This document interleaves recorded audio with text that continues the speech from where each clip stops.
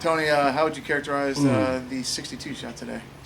Yeah, it was really good. You know, I hit it nicely. I thought I just took the momentum that I had from yesterday. You know, I finished 5 under on my last 9 yesterday, and I just rode that momentum right into today. I thought I made a huge putt for par on number 1, and then I was kind of off to the races. You know, I almost made a hole-in-one on number 2, and just kind of cruising from there. But it was a really nice round of golf.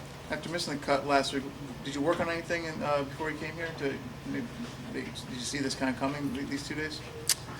I mean, you always hope that you see some good golf coming, but yeah, I mean, I didn't take a day off from last week until this week, just meaning I wanted to just be sharp. You know, I was not very sharp last week. You know, I played some good stretch of golf mixed with a lot of bad stretches of golf, so I just wanted to be a little sharper and play some better golf within myself, and I've been able to do that these first couple days. Did you when you get into, is this what we would call a zone? Are you in a zone? Is this the best patch of golf you've ever played, perhaps? Just over it in a tiny sampling? I mean, that's definitely some great scoring. You know, obviously winning back-to-back on the tour, that's probably, you know, that's probably right at the top so far in my career. But this was a nice stretch. I think these last 27 holes was pretty impressive.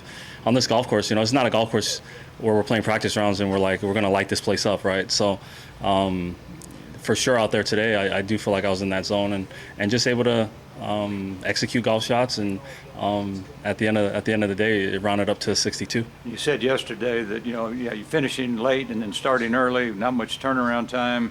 It was going to make dinner feel better. So 2-part question: what'd you have for dinner? And is it sometimes good to have that late finish and quick start, so the momentum never goes away, even though you go to sleep for a few hours? Yeah, my favorite tee time always is late early. If you're playing bad, you get it over with fast. If you're playing good, you ride the momentum right into the next day, and so it proved to be true. You know, this week I ate this spot. I think it's called Blue Fish Sushi. Okay. Literally like a mile from here on Washington Street. Sure. Yeah, good place. So yeah, it was good. Obviously, it settled. Yeah, obviously it settled okay and worked okay.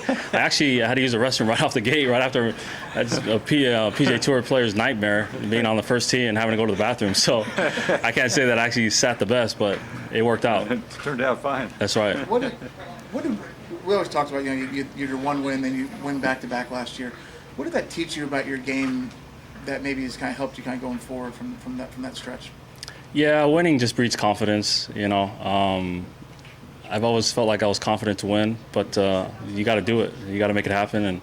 And having done that, back to back, I think it just breeds confidence into more into my belief, into my game, and I would say that's been a nice part over these last couple years, is just getting more comfortable, at the top of the leaderboard. But I always am trying to get better, and each day that's all you can ask of yourself, is just try and push yourself to be the best that you can be, and the result of that is I think I've been better each year of my career and each season, and hopefully I continue that trend. You have obviously put yourself in contention to win a lot of tournaments, and now you are starting to win tournaments.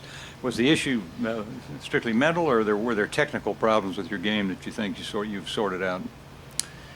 Yeah, both. I think both of them go hand in hand. But technical-wise, I'm putting it better than I've ever putted it, more consistently. And I know that's the part of my game that I've always needed to be better at. And so that, on the technical side, for sure. But the belief's there because of some of the success I've had over the last, 16 months of my career, and put myself in another nice situation this week. How do you get yourself better as a putter, though? Because that seems to be so cerebral. Yeah, well, I think the main ingredient is believe you're a good putter. I always have. I don't, when I go through a bad putting stretch, I don't look at myself and say, wow, you're a terrible putter. I haven't been scared to tinker, but one of my goals this year is to not switch my putting grip. So that was a goal last year, and I followed through with it, and it's another goal this year. How many times have you switched in your career, would you say? I've used about, I've got the pencil grip, I went crosshand, different conventional. I've used about 4 different grips. And which one are you in now? Just conventional. Conventional, okay. Yeah. And you're going to stick with that. Okay, thanks, Tony. Thanks.